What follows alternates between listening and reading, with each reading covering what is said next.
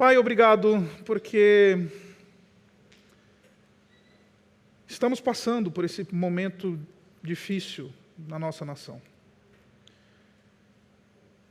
E obrigado porque essa é uma oportunidade para que a Tua igreja seja conduzida à maturidade. Nos livra, Pai, de paixões políticas que não conduzem valores do Teu reino. E nos ajuda a continuamente exercer a nossa cidadania debaixo do temor do Senhor. E ajuda-nos a lembrar que a nossa esperança está em Cristo e não na pessoa que vai subir a rampa do Planalto. E, Pai, nos ajuda a sermos uma comunidade que faz diferença em nosso contexto brasileiro.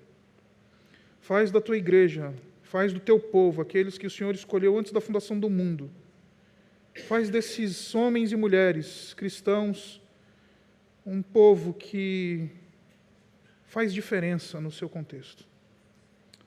E nos tira da inércia, nos tira do discurso político vazio, nos tira de um tempo de alienação, para que sejamos relevantes no mundo e que possamos, em última análise, anunciar as virtudes daquele que nos resgatou das trevas para o reino do Filho.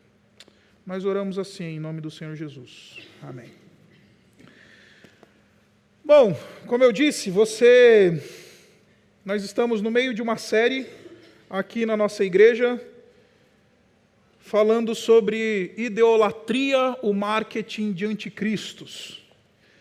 Há 2 domingos atrás nós abrimos essa série, nós estávamos conversando sobre o texto de 1 Samuel, no capítulo 8, e nós vimos então um momento difícil na nação, de transição como esse que nós estamos enfrentando, e descobrimos que existe uma agenda, uma propaganda, um marketing político, que não somente está querendo vender indivíduos, mas também está vendendo ideias, que não somente está querendo convencer a gente de propostas políticas, mas muitas vezes também está querendo convencer a gente de uma redenção fora do Senhor Jesus Cristo. Domingo passado nós falamos sobre Apocalipse no capítulo 13, talvez esse foi o sermão mais teológico e mais difícil que nós tivemos, que vamos ter nessa série, e nós falamos sobre a besta que emerge do mar com intenções totalitárias, com intenções de reivindicar não somente base política, mas também reivindicar adoração. E descobrimos que há pessoas que se levantam no meio do povo com intenções de se tornarem pretensos cristos, pretensos salvadores da pátria, pretensos redentores de um povo e de uma nação, quando não passam de uma paródia de Cristo. Hoje nós vamos falar sobre política e graça. Como a política ela pode ser instrumento de Deus para o bem-estar de um povo. Como a política ela pode ser instrumento de Deus para o bem comum. E nesse texto que a gente acabou de ler, a gente encontra um exemplo de duas pessoas, na verdade, que nós vamos dedicar a maior parte desse tempo na nossa reflexão, que é Mardoqueu e Ester, que servem como um exemplo de influência cristã na política, ou um exemplo de influência de indivíduos que temem a Deus no ambiente político. E, meus irmãos, deixe-me começar falando que existem uma série de visões erradas sobre esse relacionamento do cristão com a política. Há quem diga que o Estado, por exemplo, ele precisa impor uma religião. E eu ouso dizer que no período da Idade Média, essa era a visão majoritária. O Estado impunha uma religião aos seus cidadãos, e aí você tem as religiões estatais, e se você é cidadão de um determinado país, você também é membro de uma determinada igreja. Essa é uma visão equivocada. Essa é uma visão errada. A partir de Mateus, no capítulo 22, o Senhor Jesus Cristo separa esses dois universos e diz: dai a César o que é de César, e dai a Deus o que é de Deus. e o governo humano, e existe a esfera do governo humano, e existe a esfera da igreja e do governo espiritual do Senhor Jesus Cristo. E essas coisas precisam andar separadas, como o próprio Senhor Jesus Cristo nos instrui. Uma outra visão equivocada é a visão de que diz que religião ela tem que ser completamente excluída e aniquilada no contexto estatal. Essa é uma visão equivocada, porque despreza a herança e despreza aquilo que a religião faz de bom para a sociedade. Tem gente que propõe que a igreja suma do mapa, mas esquece que é a igreja que cuida dos moribundos, alimenta os famintos e tem um legado de cuidado e de desenvolvimento na história. Aí você deve estar pensando, pastor, você está exagerando. Das 25 maiores universidades do mundo hoje, 20 foram fundadas por cristãos. Das 25 maiores universidades do mundo, 20 foram fundadas por cristãos. O movimento de adoção de abandonados é um movimento da tradição cristã, que tenta recuperar e encarnar a adoção que recebemos do nosso Pai Celeste. Não há nada mais visível e palpável na esfera humana do que a adoção que possa representar e refletir o que Deus fez por nós. Quando um casal que eventualmente não consegue ter filhos ou simplesmente decide adotar uma criança que quer seja abandonada ou quer seja uma criança em estado de vulnerabilidade, esse é o retrato mais imediato daquilo que Deus fez por nós. Foi a igreja cristã que cuidou dos feridos em guerras. A Cruz Vermelha é uma tradição, é uma organização cristã. É a igreja cristã que fundou hospitais. É a igreja cristã que fez muito por esse mundo. Então, dizer que a religião tem que estar fora do Estado e o Estado tem que ser completamente secular ou eventualmente até ateu, isso é uma visão equivocada. Então, qual que é a visão correta? Existem outras visões equivocadas, eu não quero me delongar nessas visões equivocadas, porque eu quero propor para você, à luz do texto de Esther, que a visão correta do relacionamento entre o cristão e o governo humano é de uma influência expressiva. A posição e a visão correta que nós precisamos buscar é de influência. Fomos chamados pelo Senhor Jesus Cristo para sermos sal da terra. Sal influencia bastante no paladar. E não precisa de muito, né? Ele não precisa nem aparecer. Você olha para um prato lá, tem sal lá dentro. Mas você não vê ele, mas ele está lá. Agora, quando você bota um negócio na boca, você fala, aqui tem sal. E nem precisa de muito para fazer muita diferença no paladar. E fomos chamados para ser luz do mundo. Fomos chamados para apontar e sermos faroletes e faróis do reino que há de vir e daquele que nos chamou das trevas para a luz. Por que eu estou falando isso? Porque é exatamente isso que a gente vê aqui em Esther capítulo 4. Eu não sei se você conhece a história de Esther, mas eu quero hoje começar do fim. Abra comigo em Esther no capítulo 10, e nós vamos encontrar uma descrição que eu acho sensacional, que encerra o livro de Esther. Esther, no capítulo 10, no versículo 3, fala deste indivíduo Mardoqueu, que a gente acabou de ler lá no capítulo 4, fala desse Mardoqueu, um homem que temia Deus, um judeu que levava a sério o seu Deus. E o versículo 3 do capítulo 10 diz assim: o judeu Mardoqueu foi o segundo na hierarquia, depois do rei Xerxes. Era homem importante entre os judeus e foi muito amado por eles. Agora, note que a sua influência não era só entre os judeus. Ele diz, pois trabalhou para o bem do seu povo e promoveu o bem-estar de todos. Promoveu o bem-estar de todos. Eu acho que essa é uma descrição boa, bíblica, do que é o papel do cristão na política, ou o que é o papel, ou como é que a gente tem que medir esse relacionamento do cristão com o governo. Influência. Para quê? Por que a gente influencia? Por que a gente se posiciona? Por que a gente fala algo? Por causa da graça de Deus. A graça comum de Deus, que se derrama sobre os justos e os injustos. A graça comum de Deus, que não se agrada de ver crianças na África morrendo de fome. Que não se agrada de ver a corrupção que está lá em Brasília, que não se agrada de ver o cenário que está, e o cristão precisa do bem, precisa buscar o bem comum, o bem de todos.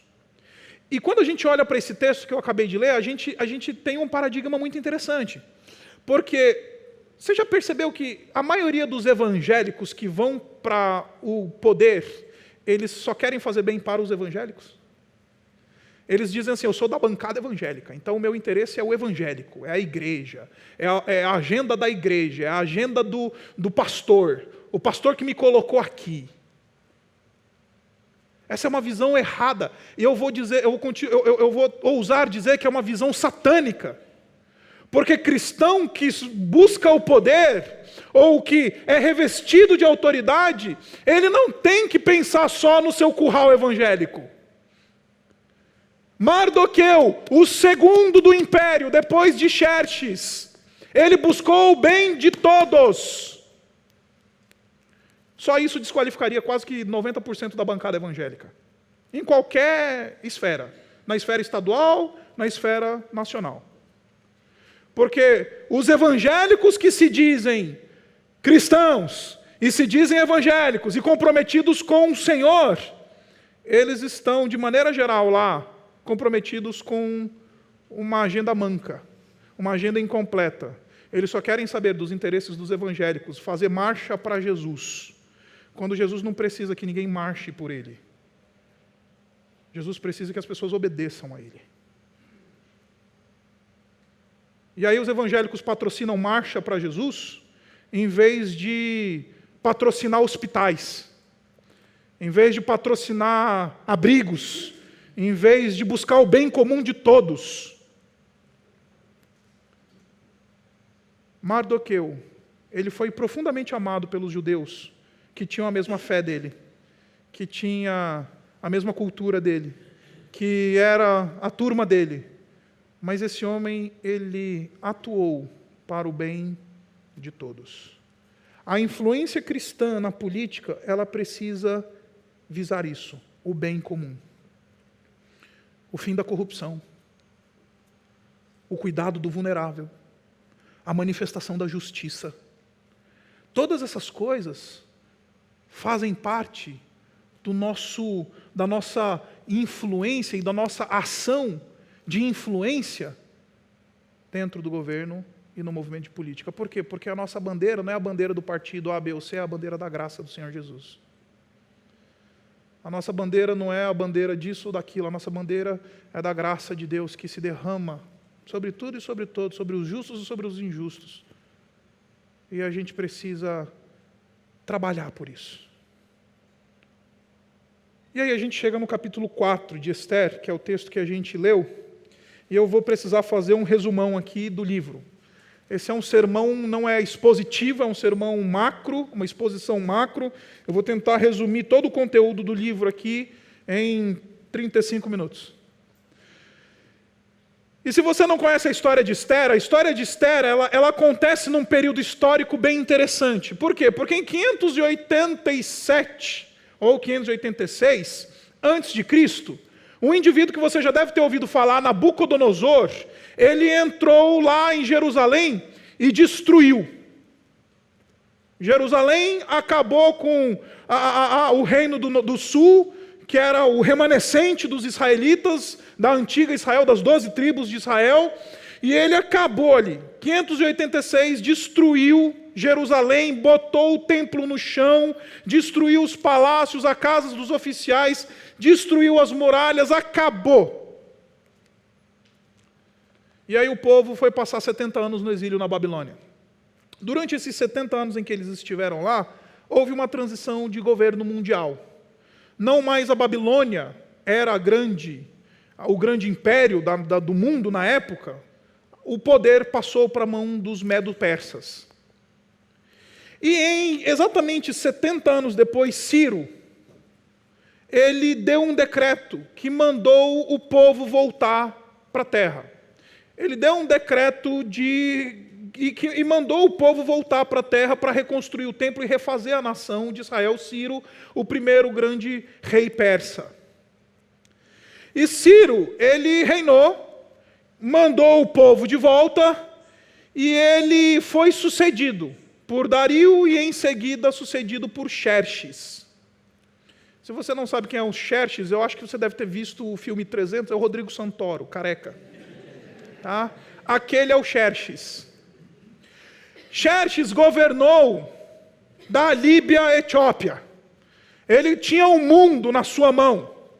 Se você um dia quiser fazer uma pesquisa do tamanho da glória desse homem, olhe no capítulo 1 de Esther, e você vai ver ali a descrição da glória desse homem, a ponto desse homem ter aniquilado completamente os seus inimigos em volta, que ele pode dar um banquete de 6 meses. 180 dias. De tão tranquilo que ele está. E nesse banquete de 6 meses, ele está planejando a sua incursão de conquista dentro da Grécia, que é lá o filme 300, que a gente vê lá no filme 300. Nesses 6 meses que o capítulo 1 de Esther está narrando para a gente, o Xerxes está com seus generais e os seus líderes planejando aquelas guerras que a gente vê lá no filme do 300. 2 anos se passaram, ele tentou entrar lá na Grécia, como você conhece a história, aí não é mais a Bíblia quem comunica isso para a gente, é a história do mundo, a história mundial que conta para a gente. O Xerxes não conseguiu conquistar os gregos e voltou para casa, meio frustrado, meio bravo, meio angustiado. E se lembrou que antes dele ir para a guerra, ele tinha deposto a sua rainha Vasti. Ele depôs a sua rainha porque no dia que ele estava promovendo lá uma orgia de 7 dias, ele mandou trazer a Vasti, e a Vasti não quis participar daquilo. E então ele depôs a Vasti e saiu para a guerra. Quando volta, derrotado, ele se lembrou que ele não tinha uma rainha. Aí, para lidar com a angústia da derrota, decidiu fazer um concurso de beleza de 1 ano.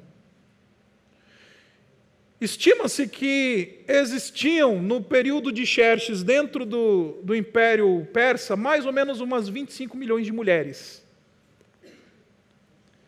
Ele escolheu as 400 mais bonitas e fez um concurso de beleza de ordem mundial. O primeiro Miss Mundo foi feito por Xerxes. E essas mulheres belíssimas do império, elas eram trazidas para Suzã, que era a casa ou a cidade onde o imperador passava o seu inverno. Não necessariamente era a capital, mas era a capital durante o inverno, ou quando o imperador ia para lá durante o inverno, porque ali era uma região que não fazia tanto frio. E então ele fez esse concurso de beleza. A mulherada vai amar essa hora. Por quê? Porque as meninas eram trazidas para o harém do imperador e tinham um tratamento de beleza de 1 ano. Tratado no óleo e no perfume. Coisa linda, né? Depois de 1 ano, elas eram apresentadas ao rei, e aquela que agradasse mais o rei seria a nova rainha da Pérsia. E você conhece a história? Esther, que em hebraico era chamada de Hadassa. Ela era prima de Mardoqueu, esse indivíduo que a gente acabou de falar sobre ele, e ela então foi escolhida por Xerxes para ser a rainha. Só que o texto nos diz que dentro do império desse cara chamado Xerxes, tinha um indivíduo lá, um cara chamado Amã, casca grossa, indivíduo que odiava os judeus, e em todo o livro ele é descrito de uma maneira muito simples: inimigo dos judeus. Toda hora aparece lá, Amã o inimigo dos judeus. Amã, o inimigo dos judeus. Amã, o inimigo dos judeus. E isso daí é um eco histórico muito interessante, porque Amã, ele era descendente de Agag. E você deve estar pensando, quem é que é esse cara? O Agag é aquele rei que o rei Saul, anos antes, séculos antes, deixou de matar, e o Samuel teve que falar, por que você não matou o rei, cabra? Deus te mandou matar o rei. O Saul falou, não, então, veja bem, eu trouxe o cara para cá. Aí o próprio Samuel pega então a faca, a espada e mata o Agag, rei dos amalequitas. E o interessante é que o Mardoqueu, ele era descendente do Saul, benjamita. Então esse eco de um benjamita lutando contra os amalequitas é um eco importante na história aqui. O texto está dizendo, essa guerra entre o povo de Deus e esse povo que não gosta de Israel, ou que não gosta do povo de Deus, essa é uma guerra contínua. Esse é um movimento contínuo em Israel. Também, lá na Pérsia, tem um descendente de Saul lutando com um descendente dos amalequitas, o descendente de Agag. E esse Amã, por ser inimigo de Israel, ele ficou bravo com o Mardoqueu, o primo da Ester, porque o Mardoqueu ele não se curvava diante do Amã. E se você estava aqui na série sobre insurreição, quando a gente vê os amigos de Daniel não se dobrando diante do rei, você precisa voltar lá na série, no nosso YouTube, nas nossas redes sociais, para ouvir. Por quê? Porque Amã, como os reis do passado e as autoridades do passado, reivindicava a adoração e queria que as pessoas se curvassem diante dele quando ele passasse. Amã, que era judeu e temia o Senhor, falou, diante desse cara eu não dobro os meus joelhos. E o Amã passou a perseguir o Mardoqueu. E bolou um plano. Falou, já que eu não consigo resolver esse cara, eu vou matar todos os judeus do império. E com a autoridade delegada de Xerxes, ele emitiu um decreto que dizia que todos os judeus do Império Persa deviam ser completamente exterminados. E aí chegamos então no capítulo 4, quando o Amã ouviu que tinha saído esse decreto no império, e ele começou a chorar, a lamentar, se vestiu de pano de saco, colocou cinzas na cabeça, e isso é um símbolo de lamento e de luto. E aí, então, a Esterzinha foi lá perguntar para ele, o que está acontecendo, cara? E aí o Mardoqueu, ou Mordecai, talvez a sua versão diga Mordecai, ele contou o que estava acontecendo para Ester. E a Ester, de uma simples beldade do império, se torna uma das mulheres mais importantes de toda a Escritura e de toda a história. Ela era só uma beldade, mas porque decidiu ser instrumento de Deus para o bem comum, entrou para a história. O que eu estou querendo dizer para vocês, queridos, é que o que faz do cristianismo lindo é que não é que o cristão ele vai ser lembrado porque ele era muito inteligente, ou porque ele era bonito, ou porque ele tinha diplomas, ou porque ele era rico. O cristão ele é lembrado na medida das suas obras, na medida em que ele permite ser instrumento de Deus no meio de um mundo caótico. E a Ester, de beldade, se tornou uma princesa extremamente usada por Deus. E decidiu assumir o papel de alguém que influencia. Decidiu assumir o papel de alguém que faz diferença. De alguém que discute, que vai conversar, que vai agir para o bem comum. E essa influência, meus irmãos, ela tem alguns princípios básicos nesse texto. O primeiro, essa influência precisa ser exercida sob o temor do Senhor. Olha comigo no versículo 16, olha só a fala de Ester. A Esther diz assim: vá reunir todos os judeus que estão em Suzã e jejuem em meu favor. Esther conclama um jejum, porque ela decidiu ir diante do rei, ainda que ela não tenha sido convocada, e agir. Ela decidiu exercer influência e sair da inércia, mas ela não falou assim: eu tenho uma bandeira. Eu sou engajado com isso. O meu negócio é esse. Não, ela decidiu ser influência no governo, debaixo do temor do Senhor. Quando ela está dizendo, jejuem e orem por mim, ela está dizendo, há um soberano sobre todas as coisas.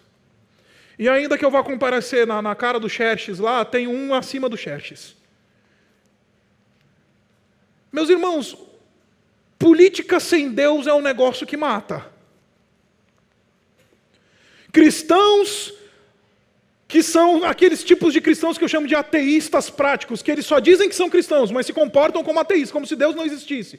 E quando esses indivíduos, que não levam Deus a sério, quando esses indivíduos, eles não atuam debaixo do temor do Senhor e entram na política, esses indivíduos se tornam instrumentos de Satanás. E a história brasileira está aí para provar para você. Política sem Deus, políticos cristãos que não temem a Deus, eles, em última análise, vão se tornar indivíduos não usados por Deus, mas usados por Satanás. Eu cansei de ver político por aí, cristão, que diz que é cristão, entra nas igrejas e fala, vota em mim, vote em mim, porque eu sou cristão, mas não se conduz debaixo do temor do Senhor. A influência que Esther está fazendo e decide fazer no governo é uma influência debaixo do temor do Senhor. E o que significa uma influência debaixo do temor do Senhor? Primeiro, gente, é a convicção de que quem reina soberanamente não é aquele que está em Brasília ou aquele que está lá no Palácio de Xerxes. Quem reina soberanamente é o Senhor.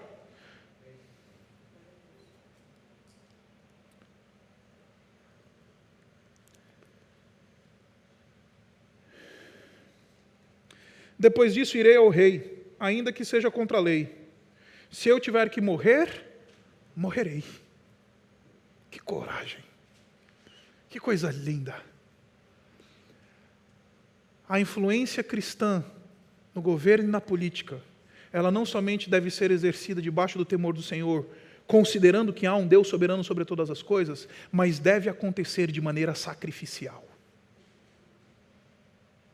Se tiver que morrer, morrerei.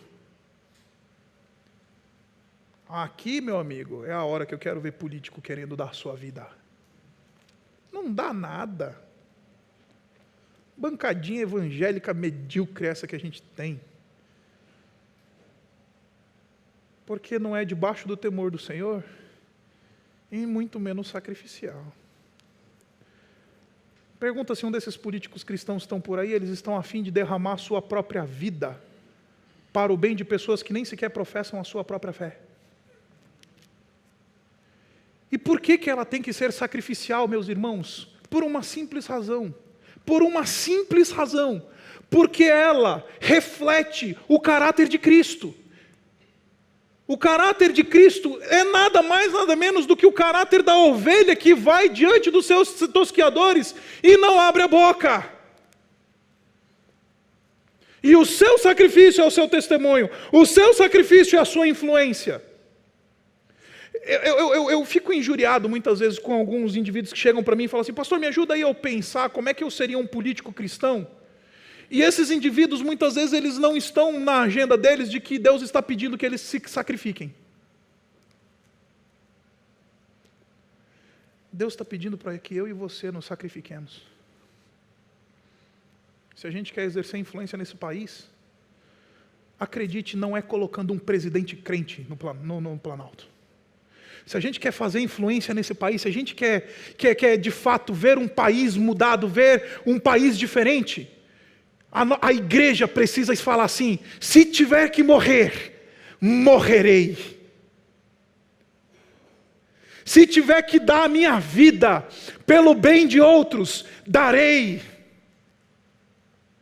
Deu para entender porque a influência cristã no nosso governo brasileiro é ridícula? Porque os cristãos que são chamados à influência sacrificial, eles não querem se sacrificar. Simples assim. Cristãos entram na política para ficar rico.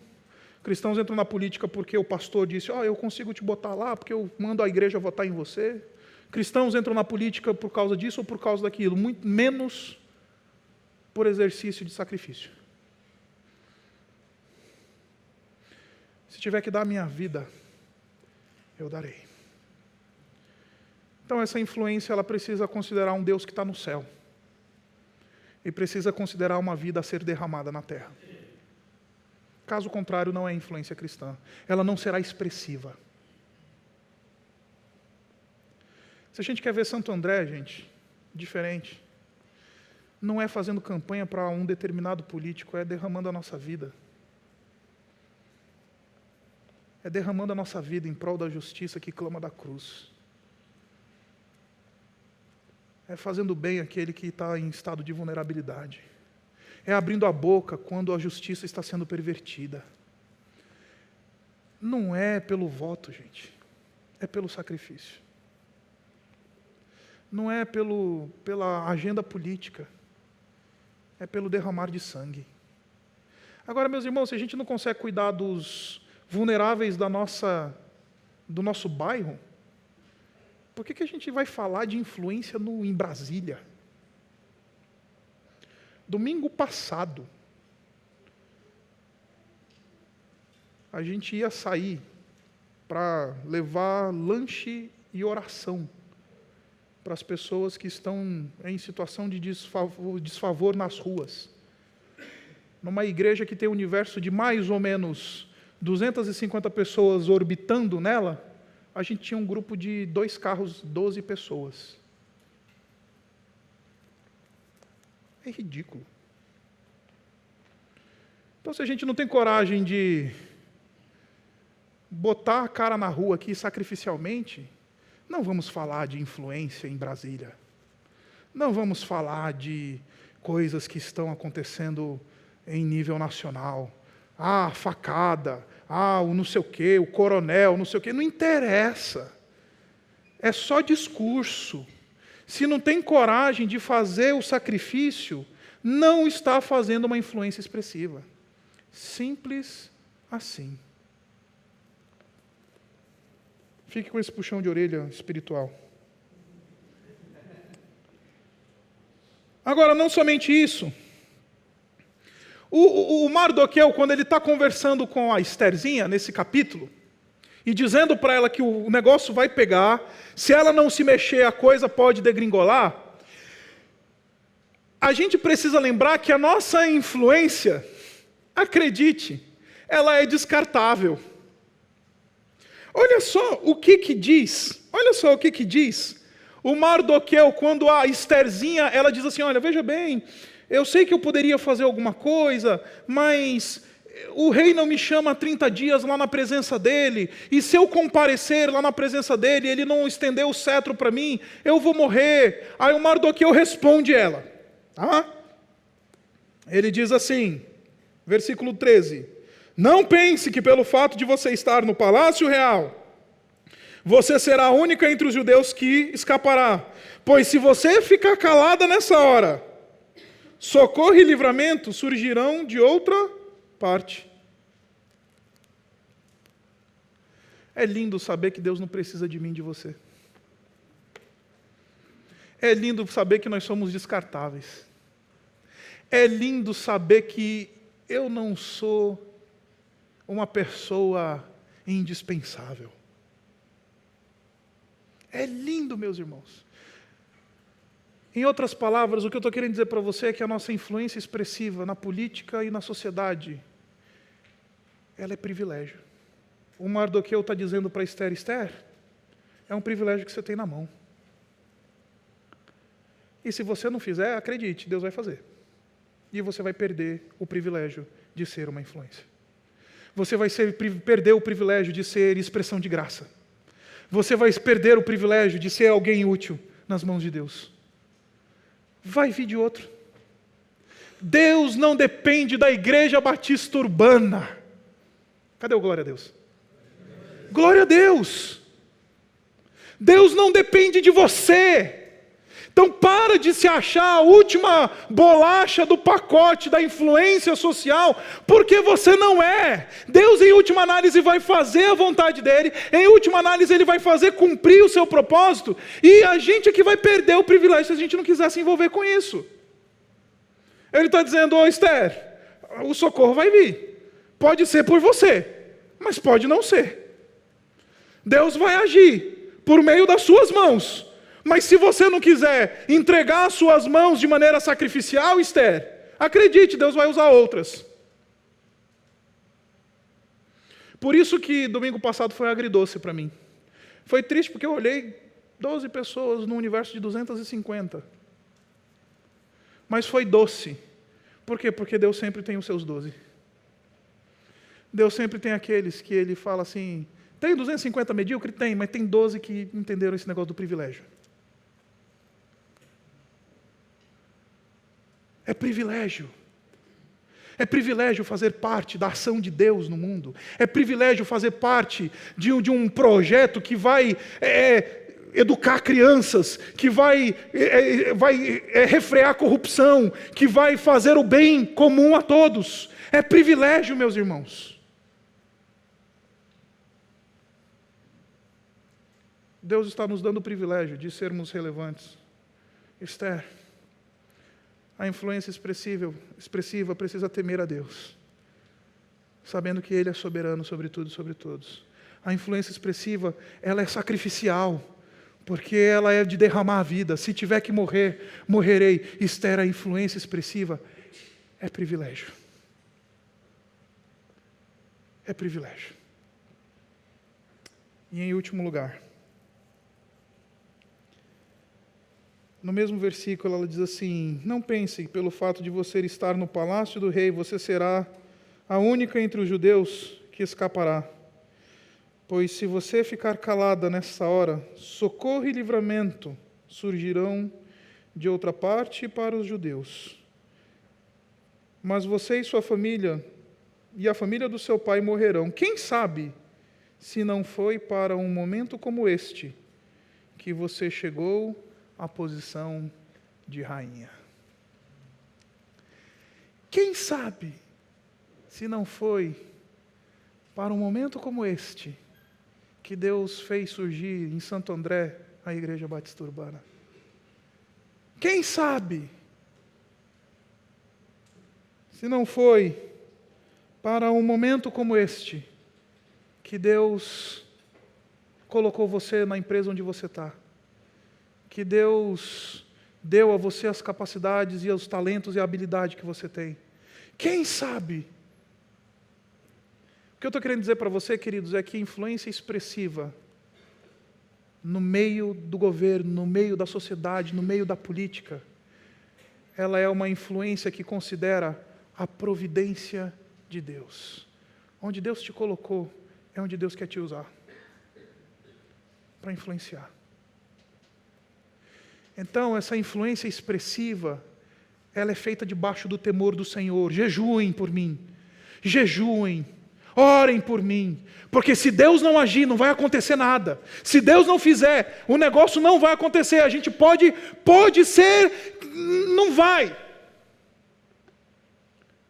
A influência expressiva dos cristãos na política e na sociedade, ela é sacrificial. Se tiver que morrer, morrerei. A influência cristã expressiva na política e na sociedade, ela é uma influência que considera a graça de Deus nos fazendo descartáveis, nos lembrando que Ele é quem age. Nos lembrando que é privilégio fazer parte disso. E a influência cristã expressiva na política, ela precisa considerar a providência de Deus. Deus não nos colocou onde nós estamos à toa. Eu tinha um professor no seminário que falava assim: está errado falar que Deus escreve certo por linhas tortas. Deus sempre escreve certo por linhas certas. Se Deus colocou você onde você está, é porque Ele quer te usar lá. E não tem nada de errado, é lá. Não tem, Deus não, já que você está aí, vamos fazer. Não, Ele te colocou lá. Quem sabe, Esther? Quem sabe? Você foi colocada como rainha onde você está, exatamente por causa disso. Exatamente porque Deus quer te usar nessa hora, neste tempo, neste momento. Eu quero encerrar, meus irmãos, trazendo uma reflexão sobre um negócio que os cristãos falam muito, mas entendem pouco, que é aquilo que nós chamamos de o chamado tempo de Deus, ou o tal do Kairos. O Kairos, né? Todo mundo fala, é o Kairos, o tempo de Deus. Mas o pessoal não entende muito o que é esse negócio de Kairos. Eu vou explicar para você, me dê 5 minutos. Kairos é um evento que acontece na história para o qual todas as coisas convergiram para que ele acontecesse. Deu para entender? Kairos. Isso é Kairos. É diferente de Cronos, cronologia, o tempo corrido. Por isso que os tradutores do Novo Testamento chamam de oportunidade o Kairos. Kairos é oportunidade. Por quê? Porque é aquele tempo, é aquela ocasião que acontece algo para o qual todas as coisas que estão em volta deste algo cooperam para que aconteça. Eu vou explicar para você, esse culto é o evento kairótico. Por quê? Porque hoje o seu dia girou em torno de estar aqui, imagino. Você se preparou, você acordou hoje, falou, vou na igreja. Aí você foi almoçar. Aí você está se preparando. Fala, olha, daqui a pouco eu tenho que tomar banho. Tenho que me preparar. Tenho que lembrar onde está minha Bíblia, né? Porque ficou a semana inteira. Aí tenho que lembrar onde está minha Bíblia para levar para a igreja. Aí eu me preparo, dirijo. Chegamos aqui. Aqui está o Kairos. Por quê? Porque todas as coisas em volta disso daqui convergiram para que isso acontecesse. Kairos. O que o nosso amigo Mardoqueu está falando para Esther é: Esther, pega o Kairos. Pega a oportunidade. Deus te colocou e todas as circunstâncias ao redor estão convergindo exatamente porque Deus quer te usar. Kairos. Todas as coisas em volta de você, Esther, estão gritando para você, faz algo. Eu vim dizer para vocês, meus irmãos, essa noite, política e graça, ela sempre é cairótica. Ela sempre é uma oportunidade de Deus. Deus quer usar o povo dele para influenciar a política, influenciar o governo de maneira expressiva, influenciar a sociedade de maneira expressiva, considerando que nós temos um Senhor soberano, considerando que nós temos que nos sacrificar, considerando que isso é um privilégio e considerando que isso é a providência de Deus nos colocando no lugar onde Ele quer que nós estejamos. Abaixe sua cabeça.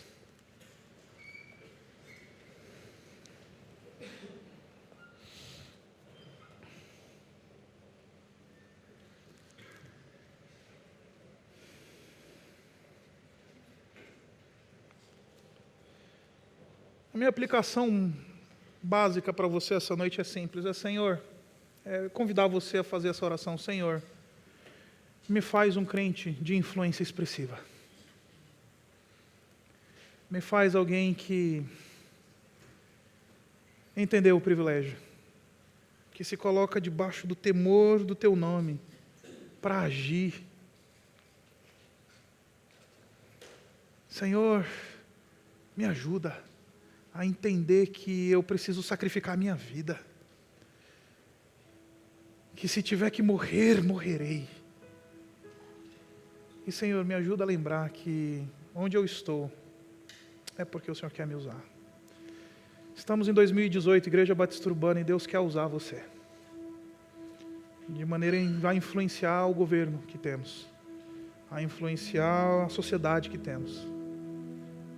E se essa não é a receita, é uma receita satânica que está sendo proposta para você.